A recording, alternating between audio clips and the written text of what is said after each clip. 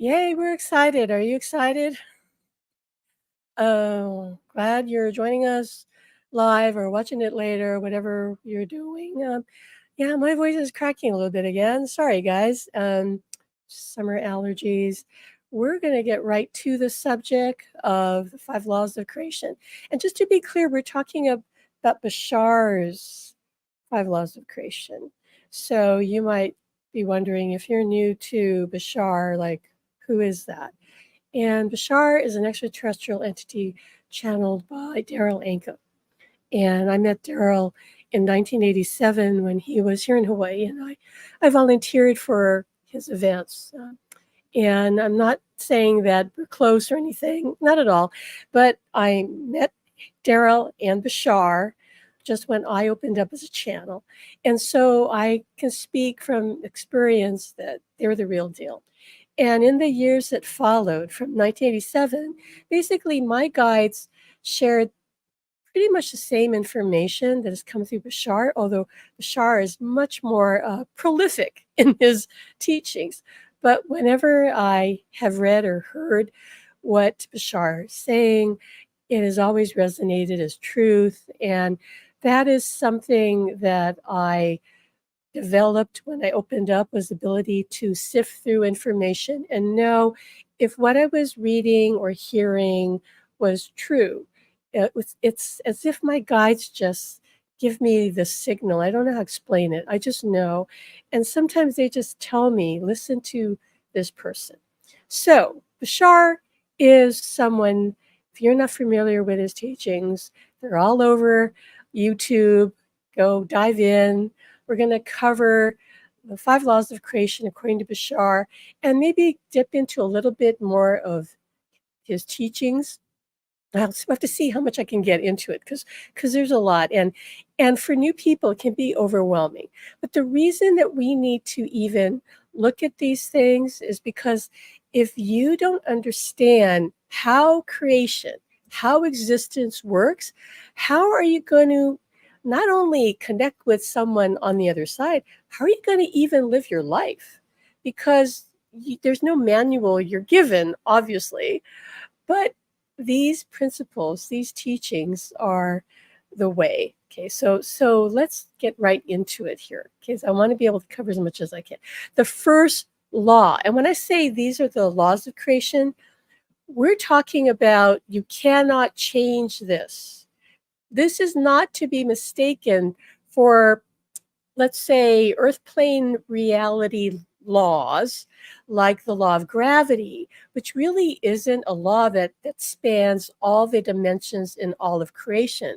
It was created for the earth plane by spirit, by us collectively, because we're all on the other side. We're going to get more into that today. We all exist in spirit form on the other side. So basically, we came to a consensus that we create gravity as a law so that we didn't have to walk around reminding ourselves that we were anchored to the earth, that we had to keep having a belief like I'm tethered to the earth. Otherwise, we go flying off into the, you know, into the stars. So that was a law that we collectively agreed upon. But it is not a law of existence because you don't find gravity, obviously, in other planets and other places, all right? It's just something that was created here, right? So I want to make clear with this, the five laws govern all of existence across all dimensions, planets, etc. That's it. They cannot be changed, right? That's it. Everything else, guess what? You get to create what you choose. You have free will. You can explore other realities. You can create whatever you want. But these are the laws that you cannot change. Nobody can. First one, you exist. All right? You're watching us here, right? You're existing. You exist, right? You can't say you don't exist. And the reason this law cannot be changed is because you cannot not exist because you exist. So non-existence would mean you don't exist. Well, clearly, you're right here, right now. You are an eternal being. And yes, you may change your form. Like you may go to another planet, another reality. You may change your body. You may change your personality. All of that is for you to mold like clay and just say, I want to look a different way. I want to be way. Maybe you want to be. What Alan showing me is a bird. He showed me a parallel life where he's living as this bird king, if you will. It was really funny. He told me about this past life, which I know now understand is really a concurrent life. All past lives are happening concurrently, but we're going to get into that a little bit deeper in a minute. Okay, so you could change your form, but you cannot cease to exist. Therefore, anyone that has left their body behind here and transitioned, they still exist. They are still there. Now, you can have a relationship with them, but obviously it's going to be different because they're not in a body. That doesn't mean that you can't have a relationship. And it's really up to you because, as you'll see with the laws here, you're not going to find a law here that's going to limit you as to your depth or level of connection that you can have through the veil. And therefore, it's really up to you. It's up to your beliefs. Really, that's it. That's it. If you believe you can, you can. So let's cover like the rest of the laws, okay? So that one, you exist. I know you can't argue about that with me, right? The other law is everything is here and now. And even that, I don't think you can argue with me because you only have right now. And even as soon as I say now, then we're into the next now and the next now and the next now, right? I can't go back to a minute ago when I started this live. It's already gone, right? The past is gone. I only have now, right now. So everything is here and now. And as Bashar says, there's actually only one moment in all of creation. And everything that you and I experience is actually the same moment from a different point of view, like we're shifting our point of view. I know that's heady stuff, and I get it, but this is the truth, right, of existence, that there's only one moment, and billions or trillions of experiences of that one moment from different perspectives. And that's why there are parallel lives you're living, not sequential linear lives. Right.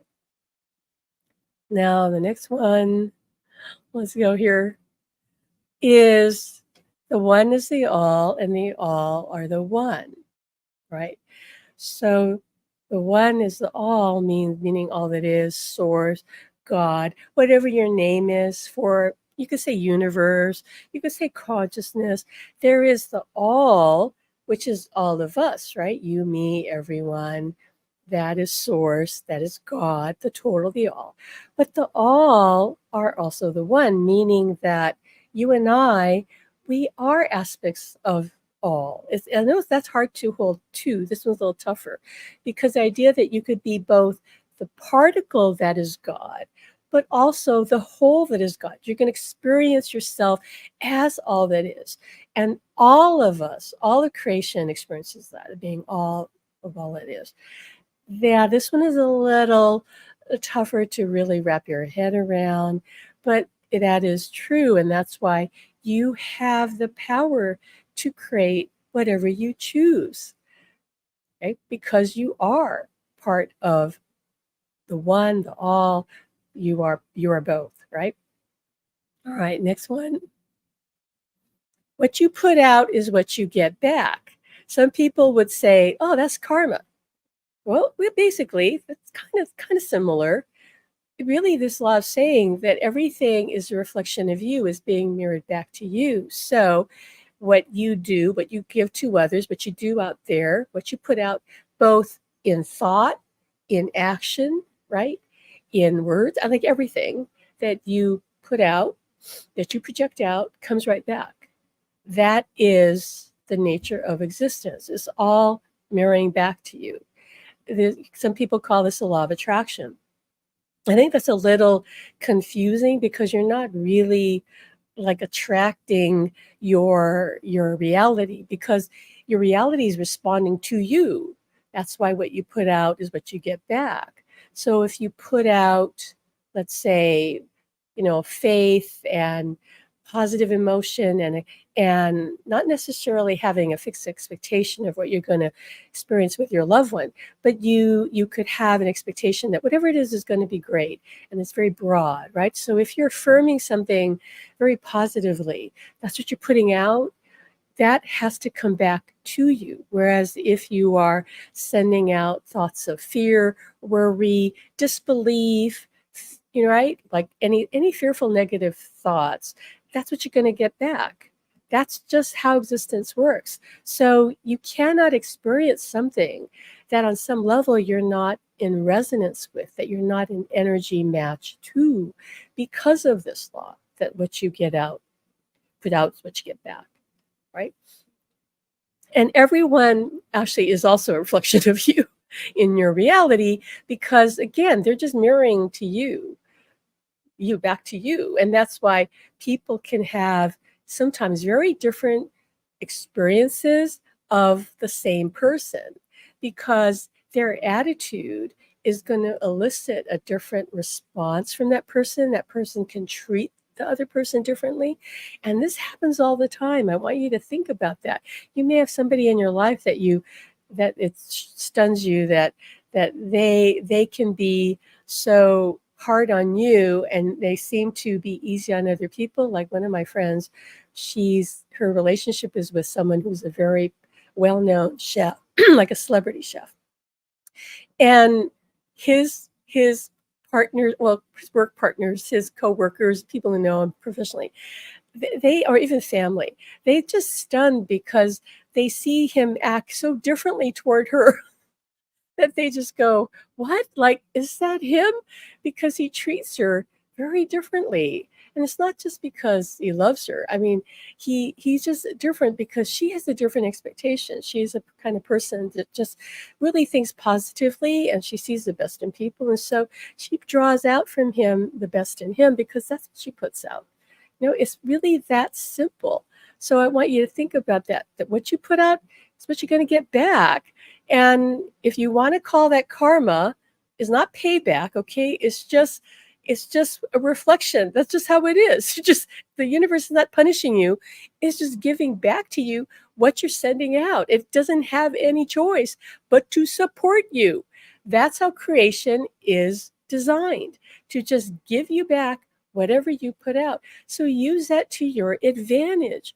Refuse to put out any thought or word or take any action that is negative or destructive, because it's only going to impact you.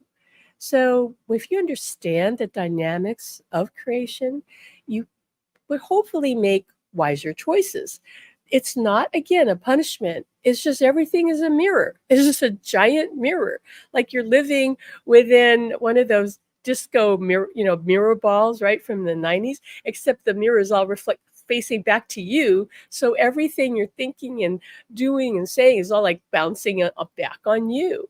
And it's not to say you're to blame, but you are responsible, because responsible meaning it's responding to you, right? The universe is responding to you, and it has no choice to give you back what you're putting out. There's no other way around it. You can't change that. Okay. The the last law is that everything changes except the first four laws. That you exist, that everything is here and now, that the one is the all and all is the one, and that what you put out is what you get back. Those things cannot change. So do you understand what we hold here in our hands with these laws? If you want to examine them and see how they can support us in anything in life, and especially if we're attempting to connect through the veil to those we love, or even to our guides and our angels, right? Because what we put out is what we're going to get back, folks.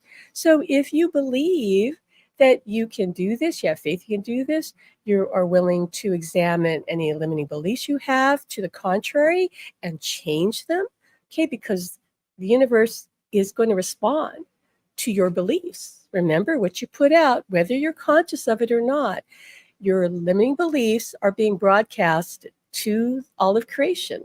You can't help it. It's there in your energy field. All of your thoughts all of your beliefs.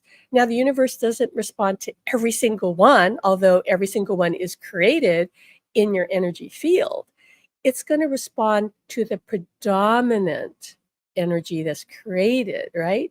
Not every single thing, because the predominant energies are going to come together, creating a certain, really, it's kind of a reality bubble that is very strong for you based on the predominant beliefs you have. And that's why you want to maintain a positive attitude, or at least a curious attitude, right? Even if you're not sure if you can do this, because it's understandable. You're not completely sure. How could you be? You haven't done this before. But if you have a more, let's say, open-minded attitude of, I'll just explore this. Let's see what happens. I don't know. This feels like it could be fun. This certainly feels interesting. This is more interesting than sitting around watching, Netflix or watching paint dry or anything like that. Like, why not try this? Okay. And if you feel fear coming up about contemplating this exploration, well, then you got to dig into that. Like, where is that fear coming from? Is it from how you were raised? Did your parents teach you to be afraid of the dark, or be afraid of what you can't see, that kind of thing? So if you understand, where your beliefs are coming from, and understand that beliefs are not truths, right? These are the laws.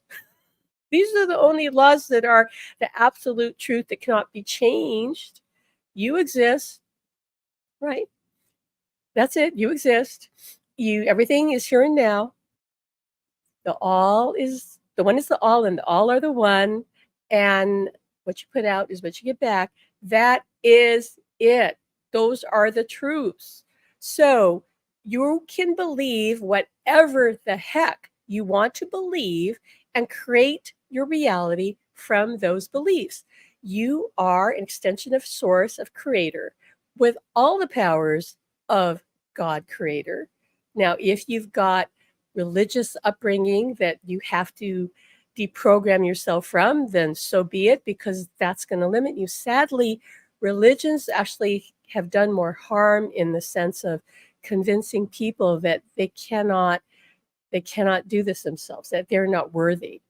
Okay, that you need a middleman. All religions want to see themselves as the middleman and don't want you to go direct. Okay, so really, I know some religions have done good for people. I know that. But a lot of the trauma and violence that has been inflicted on humanity comes from religious doctrines that they're just trying to force down people's throats, and they're trying to control humanity by instilling fear, right? So there's actually more damage that's been done by religion. And Bashar even talks about, I think, in one of his teachings, about where that kind of went wrong, where our humanity wasn't meant to be so programmed by religions, but that just kind of is what happened. And now more people are coming back to becoming more spiritually conscious rather than religious in their self-definition. Because to be spiritual means you go direct. A spiritual person understands I don't need a middleman. A spiritual person understands they might go to a church that they like because they'd like to be in the energy of other people who are devout or who are praying, but they're not necessarily buying the dogma, and they understand that they can connect to source, to God, directly without anybody in the middle, right? Because that's true. You are an extension of creator. So of course you can connect directly to creator. But humanity has been manipulated and controlled. It's always been about power and money. It's just how it is. I don't think anybody would argue with me.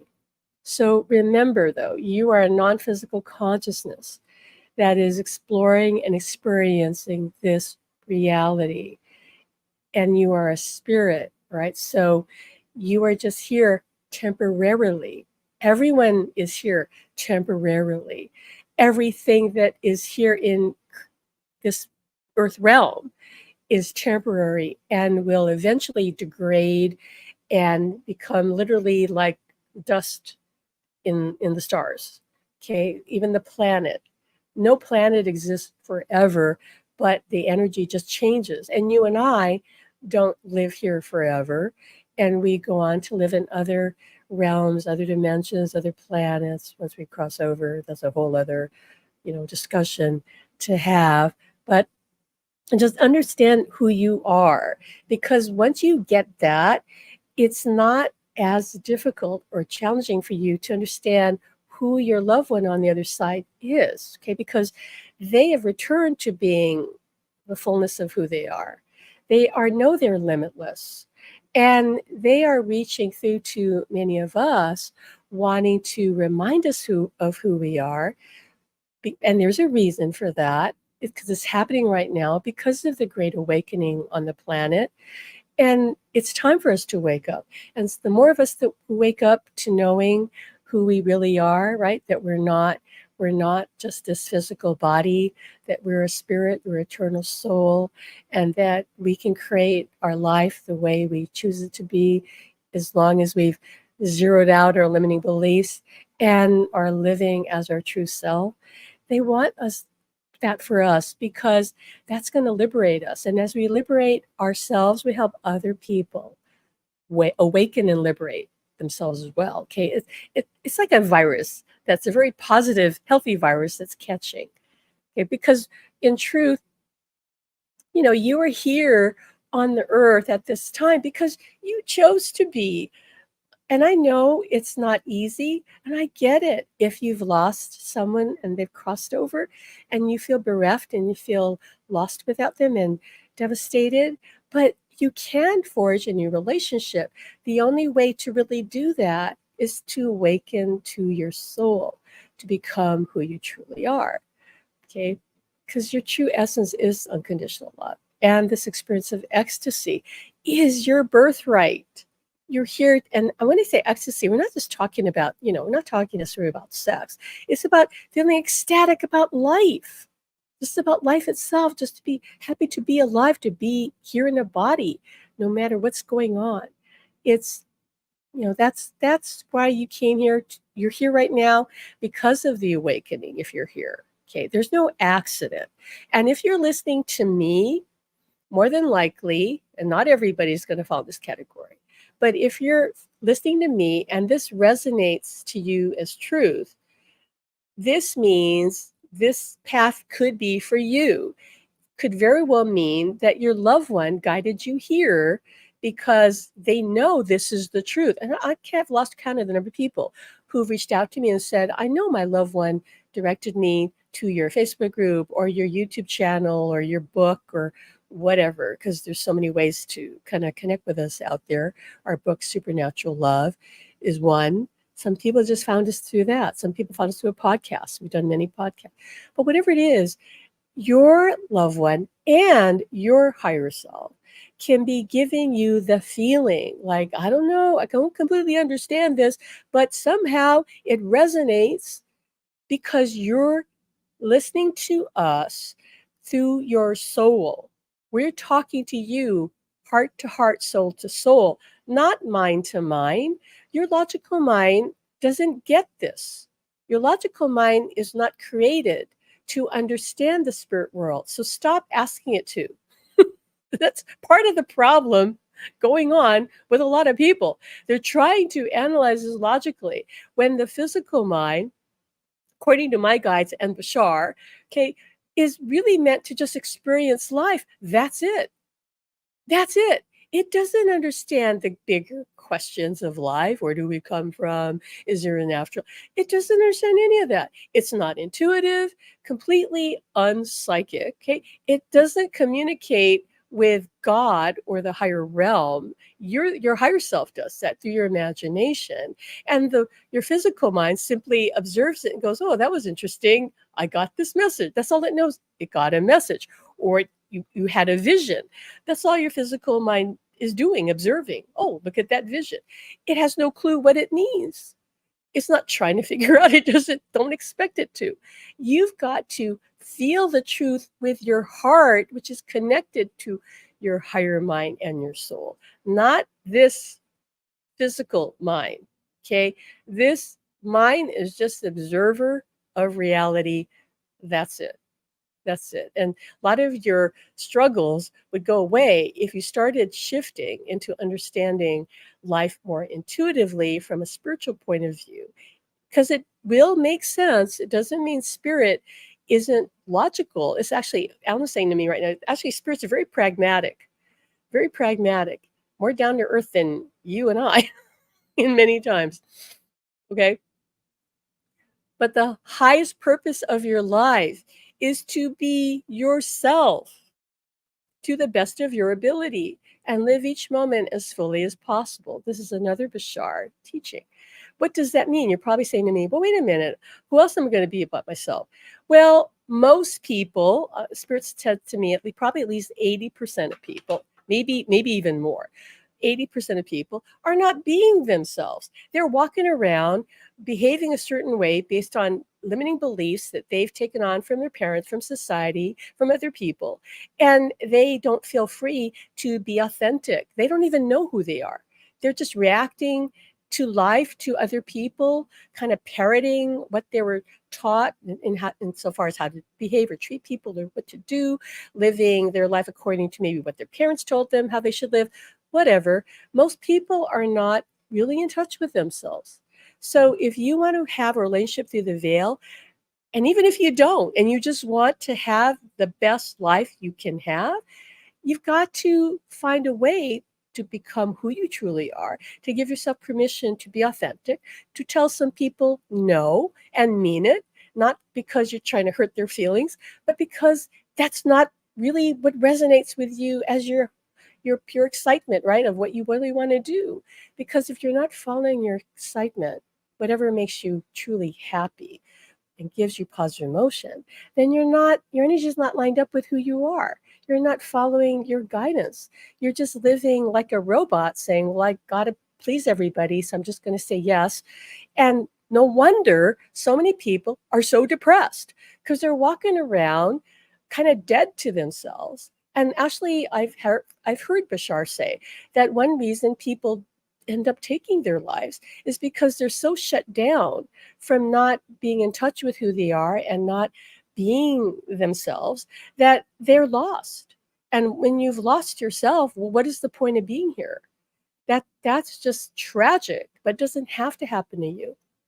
You want to be who you are because you are an aspect of the creator and you're perfect just as you are. Even if you're imperfect at times, it doesn't matter. You are a creation of all that is, extension of all that is, right? So, how could you be less valuable, less important, less significant than anybody? And once you get that and you give yourself permission to be you and love yourself just as you are, you can live your life fully. And it becomes way easier to connect with the other side because guess what? On the other side, everyone's being who they really are because there's no one else to be but who you really are when you drop your ego and you go to the other side. There's only you. That's it. Here, while you're in a body, you and I, everyone, we're walking around with a personality that we've constructed before we came in, and we have an ego. You need that ego, you need that physical mind. But the problem is that that ego mind wasn't meant to be running your life. And for most people, that's what happened. You start to awaken spiritually when you realize, oh, I'm a spirit. I'm not just this physical body. I'm not just this ego. I'm more than that. Now you start to open up. Now you start to reclaim your true identity. Okay. So if you're there, you just open the door to that. Just keep going. Okay. And remember that you always have free will and the freedom to choose. That is another aspect of innocent. This is not really, well, I wouldn't say this is a law of creation, and yet Ellen is saying to me, well, it kind of is because you get back what you put out, right? So that means whatever you say, you're going to get. Like, so you have free will. No one can force you to do anything. They might convince you, right? They might kind of just just just try to influence you. But in the end, if you stand your ground and say, no, I don't want to do that, and if you control your thoughts, right, you're not letting your fear thoughts overtake you, you don't create what you don't prefer. But in the end, it really comes down to you. You have the freedom to choose your thoughts, and your thoughts create your reality. Nobody can jump in your head and think your thoughts for you as much as you might want them to, to think positively for you. Only you can. So no one can control you unless you give your power over them to them to control you, right? You give it to them. Otherwise, nobody can do that. You also attract and create your life experiences through the interaction of your strongest beliefs, emotions, and actions. Okay. Think about that. That's what we said about your predominant beliefs is what shows up. What is strongest? Because when you're just starting out on this journey, you have some thoughts about, okay, it's possible to connect through the veil. But let's just say, because you're new at it, the thought isn't that strong. It is created as soon as you think it. But unless you keep thinking the same or similar thoughts, positive thoughts that align with that you can connect through the veil, that thought is just not going to is not going to be as strong as maybe a fear thought that you've had for a long time. Let's pretend you have this fear thought that the afterlife is a scary place or something, or you're afraid of demons. And by the way, there are no demons. I mean, well, Alan says there are demons, but they're actually physical. There aren't actually people that are walking around in a body, because on the other side, if there's anything quote unquote demon like or negative that you don't want to engage with, guess what? You create your reality. It has no way to get to you because you just say no. Don't want that. Boom. So there's nothing that you don't prefer over there. If it comes to you, you somehow get a glimpse of it, you just go away. Nothing can harm the soul. Okay, nothing. And even when you're in a body, your soul is indestructible. Your physical body, yes, it could be destroyed, obviously. It can degrade and be hurt, but your soul, no, it's impervious to anything. So think about this, that you are attracting right now, creating your life experiences, and assess, like, what are my strongest beliefs? What are my strongest emotions that I'm feeling consistently? And what actions am I taking? Because actions count too. It's not enough to be thinking positive thoughts, right? Your actions have to line up with that. Are your actions reflecting that positive thought? Like, it's not enough for people to sit around. I'm giving these examples. Somebody are thinking like, yeah, I'm going to eat healthy. And the person buys healthy food, but then they only eat it some of the time. They don't eat it all of the time. And they just don't, they're just not putting their action behind their thoughts and their plan, right? It's like it all has to fit.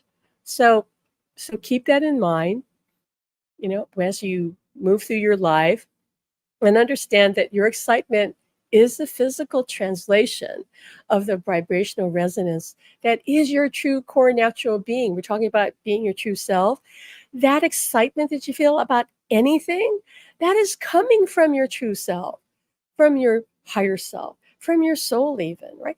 That excitement is like trying to get you to get off your butt and move in the direction of what is going to be for your highest good.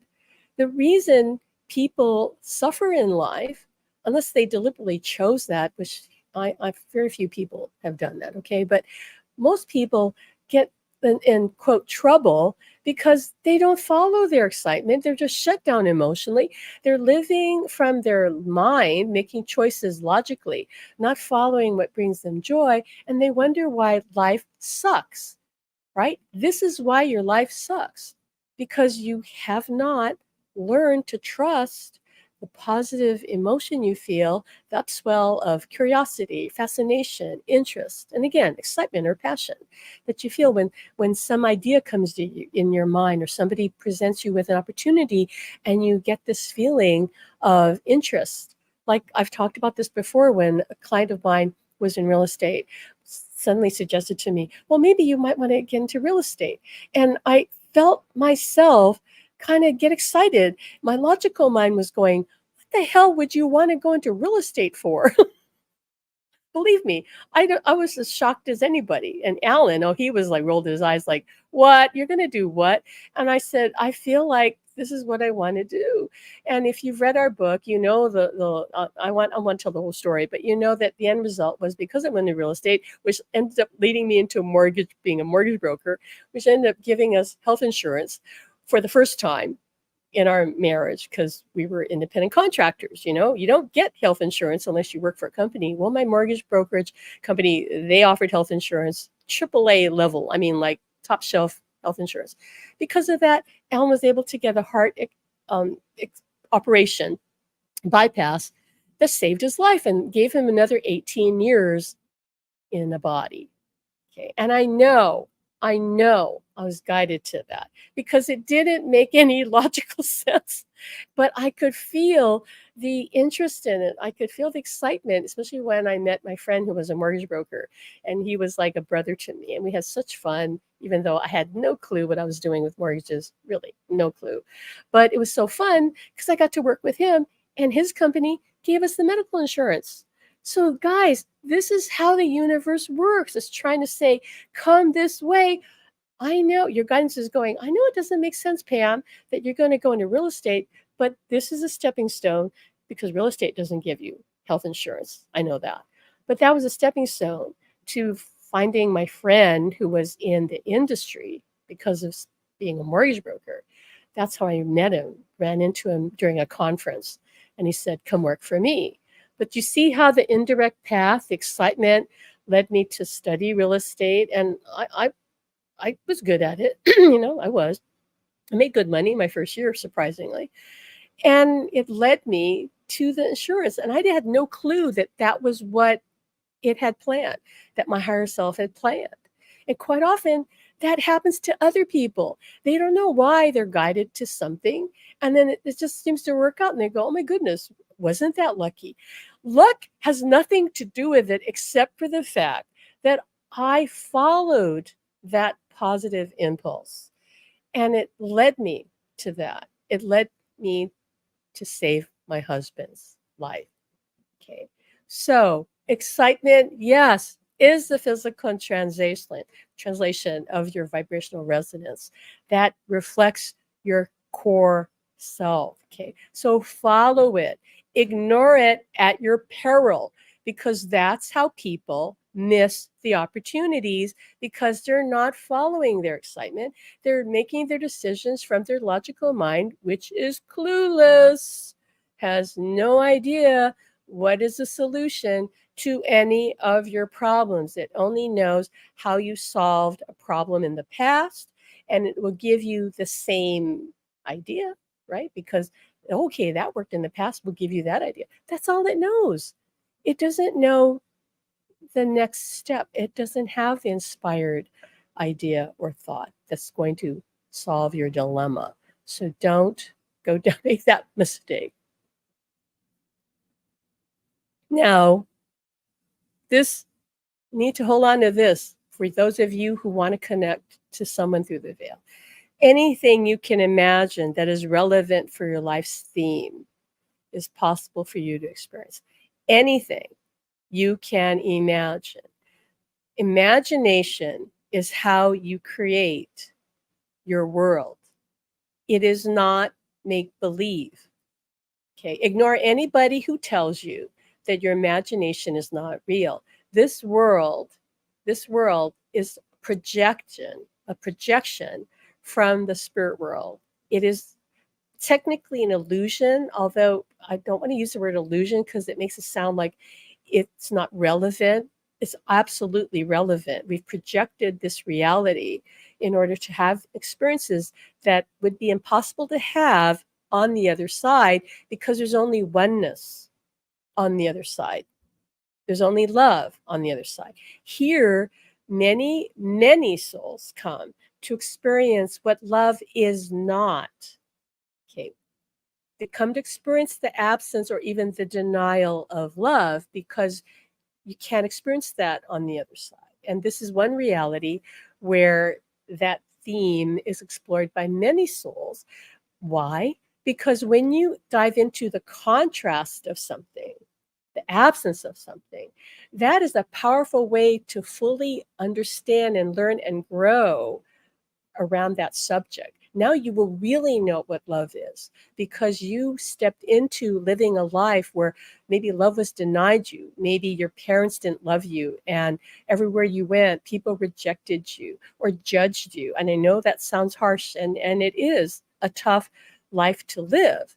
But the soul who would dive into that life experience is going to, it has opportunity, and they might choose not to step into it, but they're giving themselves opportunity to learn how to love themselves all on their own.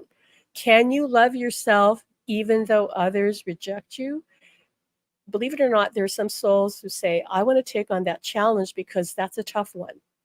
Can I love myself, learn to love myself just as I am, even with other people judge and condemn and reject me? And it may not be like everyone does, right?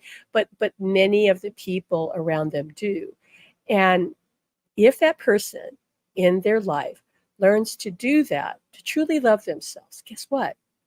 Because they have found a way to love themselves without anybody's support, and they really feel that unconditional love for themselves and others, then they are going to meet people who love them because what they're putting out is coming back to them. And that is a huge accomplishment for a soul. The soul takes on a task like that, that's so heavy in that sense, and they leave this world. That is something that that soul has learned from, that claims is their wisdom. It's almost showing me it's like a trophy, like the Olympics. Or and so other people take on lives where they may be suffering, like they may be homeless or a drug addict, and they're actually doing that to give people around them the opportunity to learn compassion and understanding. There are many souls that have volunteered to teach people compassion by taking on a life that was one of struggle. I've connected with one spirit who did that. It was a friend of mine who was a drug addict and homeless all his life, and his friends never understood why, because he was such an amazing person.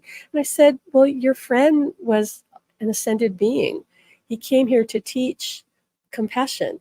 And my friend says, you know what? He did that because all of his friends had great compassion, and that was his mission. So, what that was his theme. That was what he came here to do. Now, if you're here with us, and especially those of you watching who are in our academy, Supernatural Love Academy, if you're on, have gotten on our radar, like you found us, and now you're involved in our Facebook group or even more in your academy, this means there's a 99% chance you can do this, okay? Or you wouldn't have found us to begin with. You wouldn't have. What you put out has come back to you. Your desire for connection has come back to you, okay? And it's really up to you. This means that it's probably part of your life's theme.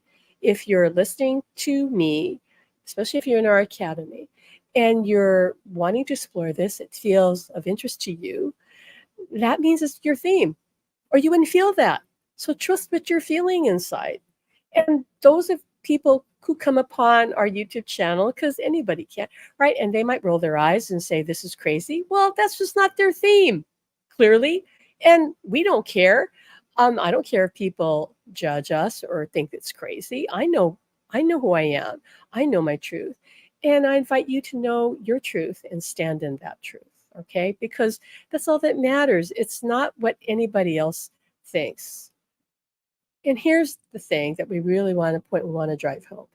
You are loved so unconditionally by God, source, all of creation, that you can even choose to believe that you are not loved. Okay? That's how much creation loves you.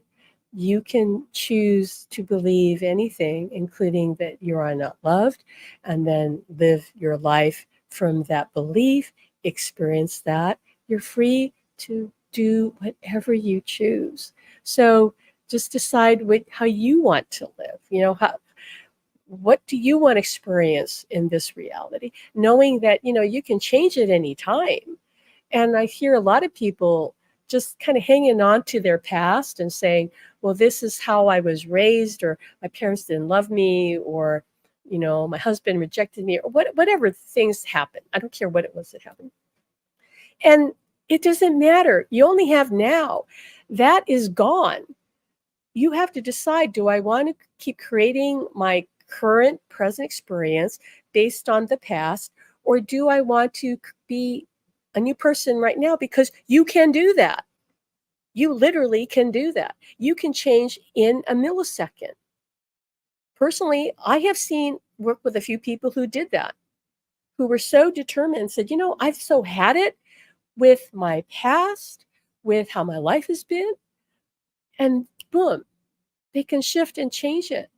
It doesn't have to take a long time unless you believe it needs to, or believe that it can only be that way. Then there you go. Welcome to it. But you are the one that chooses it. Okay, not anybody else, just you. Okay, I see in the chat, Danny says, I love my rose-colored glasses, never giving them up. Yes, I've actually told people in our academy, you want to manifest your desire, whatever your desire is. I don't care whether it's connection through the veil, whether it's a new job, whether it's more money, whatever.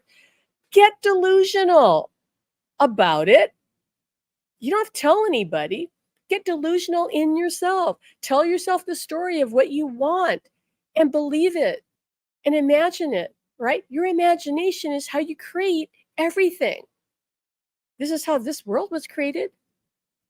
Okay, the imagination is the corridor, the doorway, the passageway to the other side. You cannot connect to the other side unless you use it. So the people who have the most challenging time are people who have failed to use their imagination, and that maybe is too strong a word because they probably were never encouraged to, and it didn't come to them easily.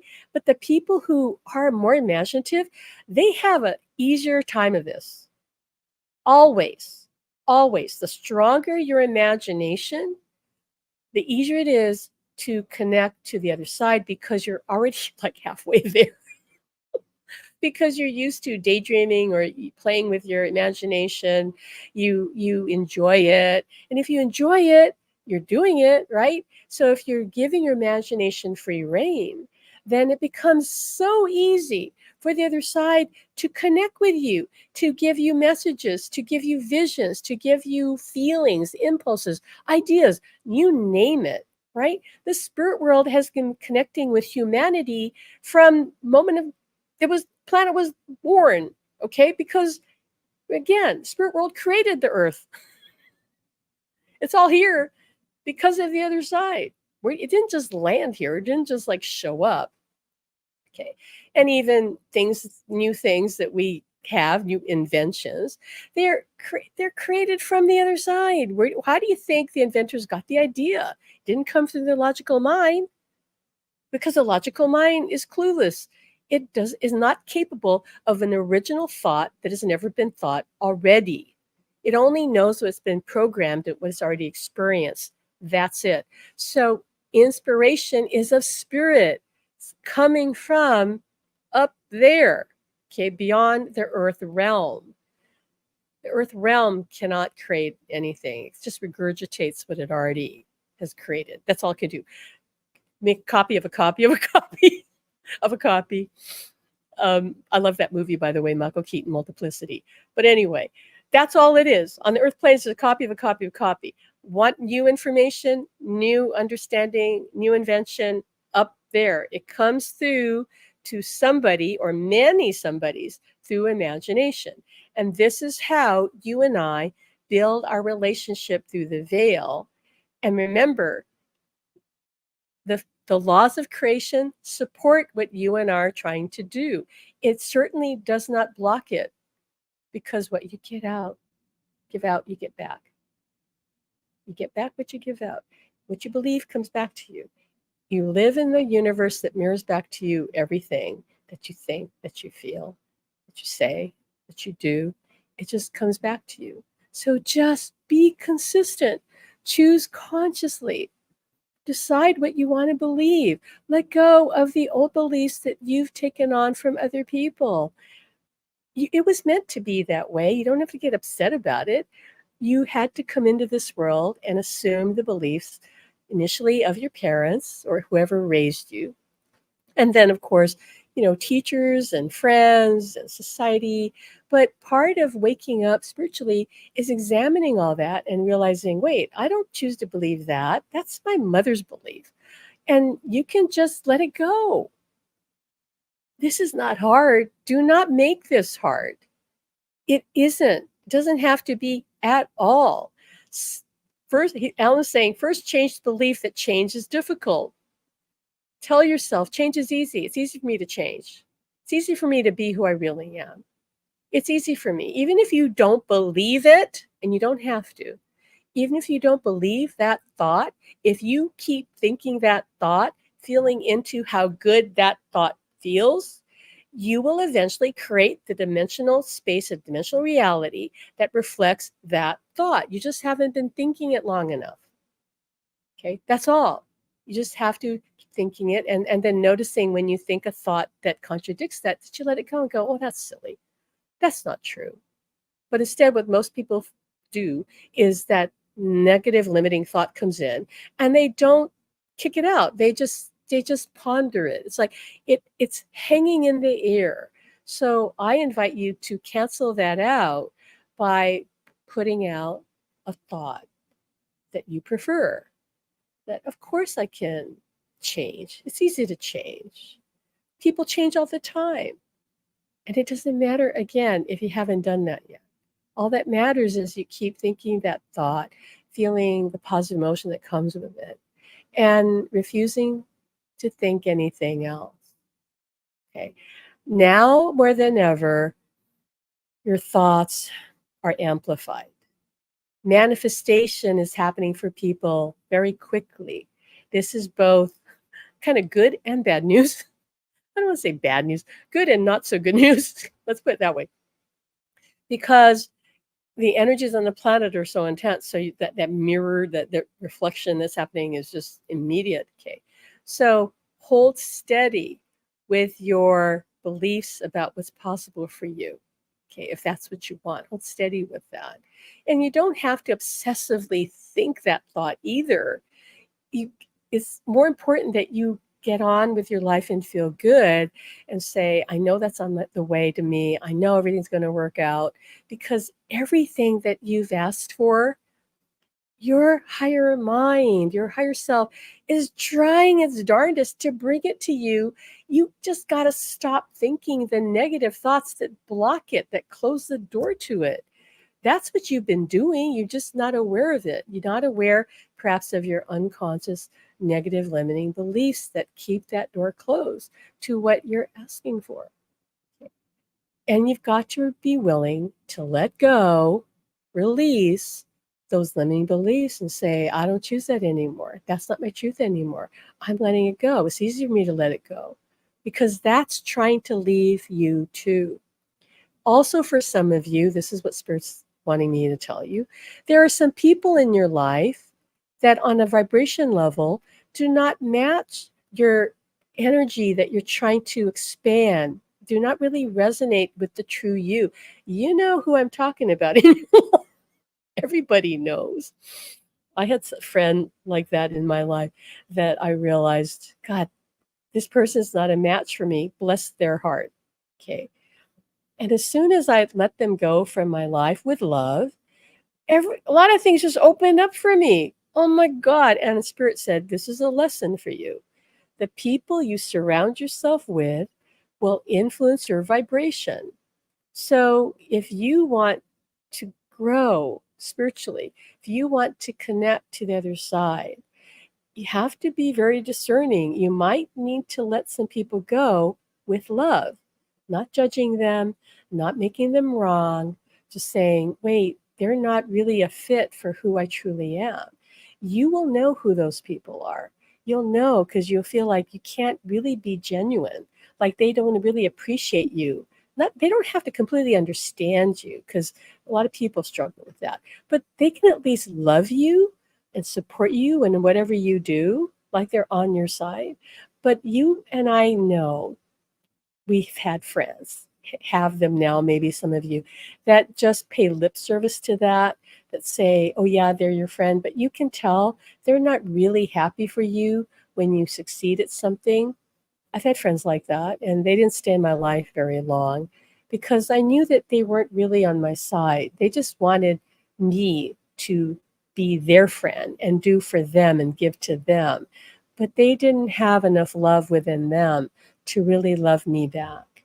So you might need to do some, assessing there. Like, are there people around you who are just not only, okay, not about being, they can be neutral, okay, that's okay, if they're not being negative toward you or actually holding thoughts of scarcity, negativity, jealousy, and all that. Because this one friend, I could tell they were jealous of some success I was having and felt like, well, how come I'm not having that success? And I could feel it, but I really loved them and wanted to try to keep them in my life. And then finally, I got the message, like, big message, this isn't working. They're draining you. And I had to preserve my energy for the work I'm doing, which is my priority, is helping you folks, teaching here and working with you. So take time to look at that. I'm not saying you got to get rid of all your friends, but for many people, when they go through a spiritual awakening, one of the things that often happens is the number of their friends kind of diminishes because now you're stepping into being who you really are, and a lot of the people that you knew up to this that point don't match you anymore, and that's okay. It's okay, let them go with love. Most of the people that I knew before I opened up spiritually are no longer in my life. I only have one friend, well, two friends, no, really one friend. I'm saying one friend that is still a friend because she's on the same path as me. Everybody else, they went on their own direction, and that's really okay. All right. Yeah, so Sandy just says, I definitely had to release negative and toxic friends from my life, and things did improve my mental health and energy. Yes, the people around you are taking your energy, and they're also putting in, whether they say it or not, they're putting into your consciousness negativity. They are. You can absorb it. Some of you are so sensitive, you just absorb it, and then you don't know.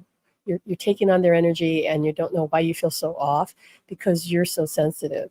You have to either learn to be really strong and self-contained. I am, but this particular friend was still being um, draining to me because I was trying to help them too much, and I realized, okay, that's distorted. I had to let that go. And once I freed that up, so many things just boom started manifesting in my life. So if you're having, some struggle here with anything in your life, you might want to examine, do I need to do a detox of my friends, not just my limiting beliefs, but my friends? So see what happens if you kind of pull back from some people and take a break from them, right? Like a timeout. Do you feel better? Well, there's your answer. Okay. Because yes, people will sap your energy, not necessarily trying to hurt you, okay? Just because that's how some people are wired. So a lot of people are distorted, that they're learning. So don't get mad at them, don't judge them, they're doing their best. But you've got to be more, again, just more protective of your energy, not in a defensive, fearful way, but saying, I value my energy. I'm not just gonna give it to everybody and anybody. I'm going to be more discerning, figure out whether that feels right to do, help that person or not. Again, you got to say no sometimes. If you're always saying yes, you got a problem. If you're the person who always says yes, this is why you're struggling. Okay. You got to say no sometimes. There's no way that every request given to you deserves a yes. Okay. You need to say no and say it, not meanly, not rudely or anything like that, but say it with certainty and understand if the person doesn't like it, that's their problem. If you're a yes person, when you start saying no to people, they're going to get pissed off. Okay? But those people get pissed off, they're users. Because anybody who really loves you would say, "Oh, okay." They wouldn't even question you. They'd go, "All right." They might be disappointed, but they'd respect you and go, "Oh, okay." If they get upset, they're not your friend. That's the litmus test. Okay. Yeah. So do yourself and them a favor. Say goodbye. I love you. I release you. Goodbye. It's all fine. And stay with the people that match your vibration. Even if it's just one person, even if it's just people in our academy, because you don't have anybody in your life that understands this journey but the people that are are side by side with you, learning with you, with us, right? Then stick with them. You really don't need as many people in your life as you may think. Okay. You just need to feel connected to others. And those others can actually be, long distance too. Okay. All right. Well, that's it. We kind of overstayed our welcome here by a few minutes. But go over what we shared with you. It was a lot. Watch this again, right? It takes time to absorb it because you've been programmed with all those limiting beliefs and definitions and assumptions of reality. It takes time to shift that. Even that idea that everything happens now, like what? What does that mean? There are no past lives, there are only concurrently lived lives. You're living all of those past lives right now, but that is really tough for your physical mind to take in. So don't worry about it. Leave that one for later. But really, all you have is now. Your loved one is here now. Here's the parting thing Spirit wants me to tell you. The reason you grieve is because you're not connecting with your loved one in the now. I promise you, if you were locked in to them in the present moment, you could not feel grief. You could only feel peace and love, right? Because they're right here. But when you start looking for them in the past and cry because they're not there in the past, because they're here. And you've just shifted your attention to where they are not. So, of course, the gap of that, because you're right here and you're going back there, it hurts. And it will hurt until you are locked into their signal right here, right now, like I am with Alan. And because I'm locked in right here, right now, I can go down memory lane with him and looking at all our pictures from the past and feel happy because I'm bringing him with me because I'm focused on him here right now and I'm feeling him. But you're not there yet. And that's okay. Okay. But they're right here and they want you to stay right here. And they don't want you to just dwell in the past or worry about the future, but be right here where everything exists, where all your power is, and where your strongest connection to the other side is happening right here, right now. Use your imagination. Don't give up. The only way you will fail at any of this that we're talking about is if you just give up and quit. But that's okay because when you cross over, you'll learn it. You'll get it then. But why not get it now? Because if you're listening to me, there is a very strong chance that you can master this now, or you wouldn't have attracted me into your reality. That is how the universe works. Okay. We're sending you our love. Keep believing. Okay. Keep imagining. Okay, and keep being your true self. Right. We'll see you next time. Bye bye.